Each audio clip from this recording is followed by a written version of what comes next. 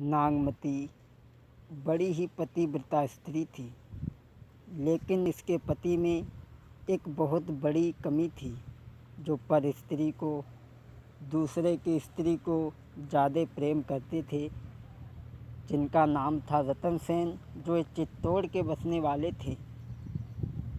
नागमती रतन सेन की पहली पत्नी थी। गौर करते हैं नागमती वियोग के बारे में। ए नागमती की कथा सुनो, जो बड़ी पतिव्रता नारी थी, लेकिन पति था व्यभिचारी, इस वजह नारी की ख्वारी थी। नागमती ए नागमती की कथा सुनो, जो बड़ी पतिव्रता नारी थी, लेकिन पति था व्यभिचारी, इस वजह नारी की ख्वारी थी।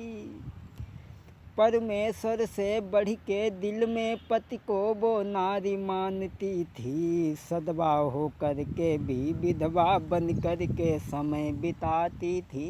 किस तरीक़ा से? ये सदवा होकर के भी विधवा की जीवन व्यतीत करती थी। पति नारी दूसरी के चक्कर में, पति नारी दूसरी के चक्कर में अपनी नारी को भूल गया। पति के बिछुड़न से नारी का घर में दिल रहते ऊब गया। पति के बिछुड़न से नारी का घर में दिल रहते ऊब गया। नागमती बड़ा ही पतिव्रता स्त्री थी। बात उसमें ये थी, चित्तौड़ के राजा रतन सेन से बचपन में ज्योतिषियों ने ये कहा कि तुम्हारी शादी पद्मावती के साथ में होगी, लेकिन शादी नागमती के साथ में जब हो गई, और वो नागमती देखने में बहुत सुंदर थी।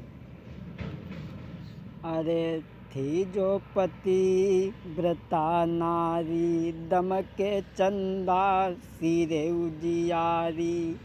अरे लटके के सज से नागिनी कारी, नैना हिरना की रेउ नहारी। नागमती बड़ा ही सुंदर थी।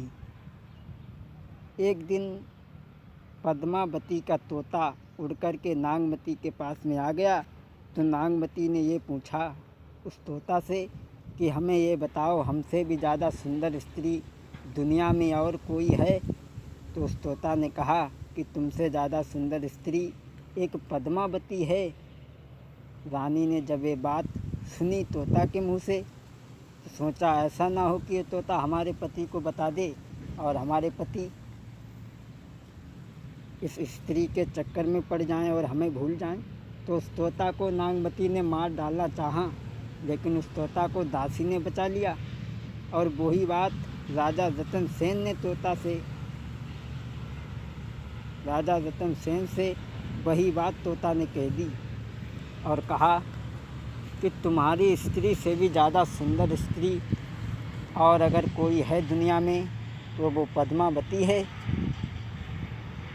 और बताया तोता ने के पद्मावती सी नारी रे, के नाई देखन में आई। तोता ने बता दिया कि पद्मावती सी नारी रे, के नाई देखन में आई।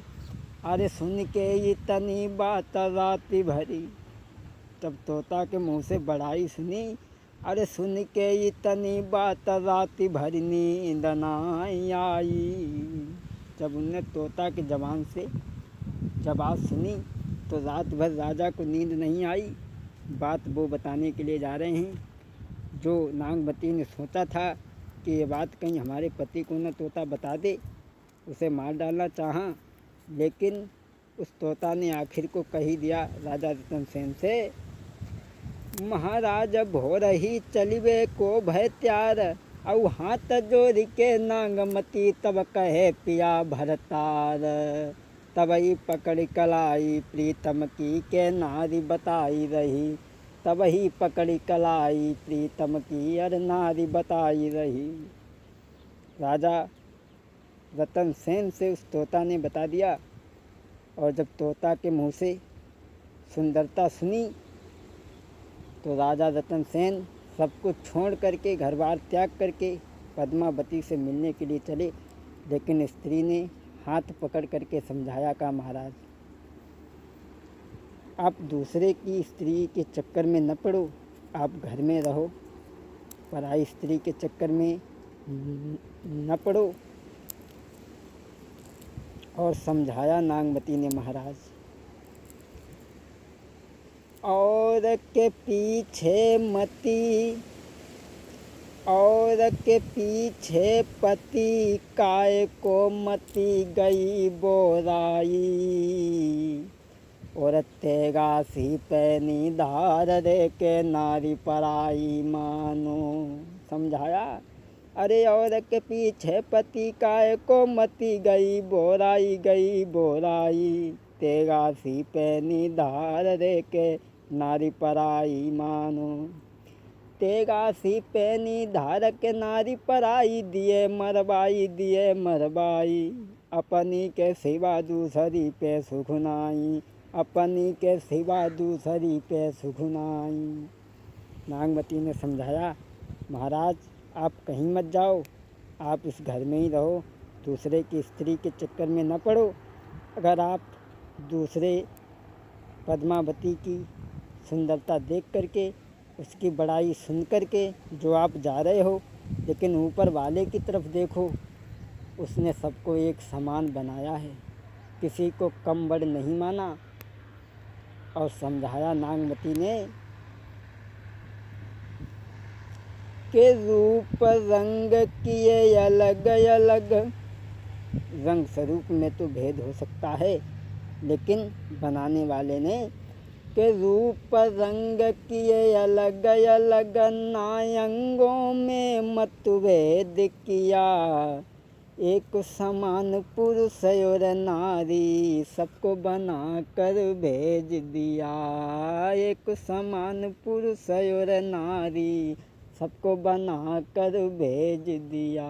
रंग स्वरूप में तो भेद हो सकता है, लेकिन अंगों में भेद नहीं हो सकता। उस दुनिया के बनाने वाले भगवान ने जब दुनिया रची, तब हम पे ये बहुत बड़ा एहसान किया के रूप रंग किए अलग अलग, नायंगों में मतभेद किया, एक समान पुरुष और नारी, सबको बना कर भेज दिया। समझाया महाराज, बड़ी ही बुद्धिमानी की बात कही नागमती ने के रूप दो प्रकार की सूरत रखी, एक गोरी एक कारी। हाँ, दो प्रकार की सूरत रखी, एक गोरी एक कारी, किसी की सूरत से नफरत है, किसी की चित बन प्यारी। ये तो पूर्व जन्मों का संस्कार है। अरे दो दो हाथ पैर दिए सबको, दो दो हाथ पैर दिए सबको, नई अंगों में मतभेद किया, एक समान पुरुष और नारी, सबको बना कर भेज दिया, एक समान पुरुष और नारी, सबको बना कर भेज दिया।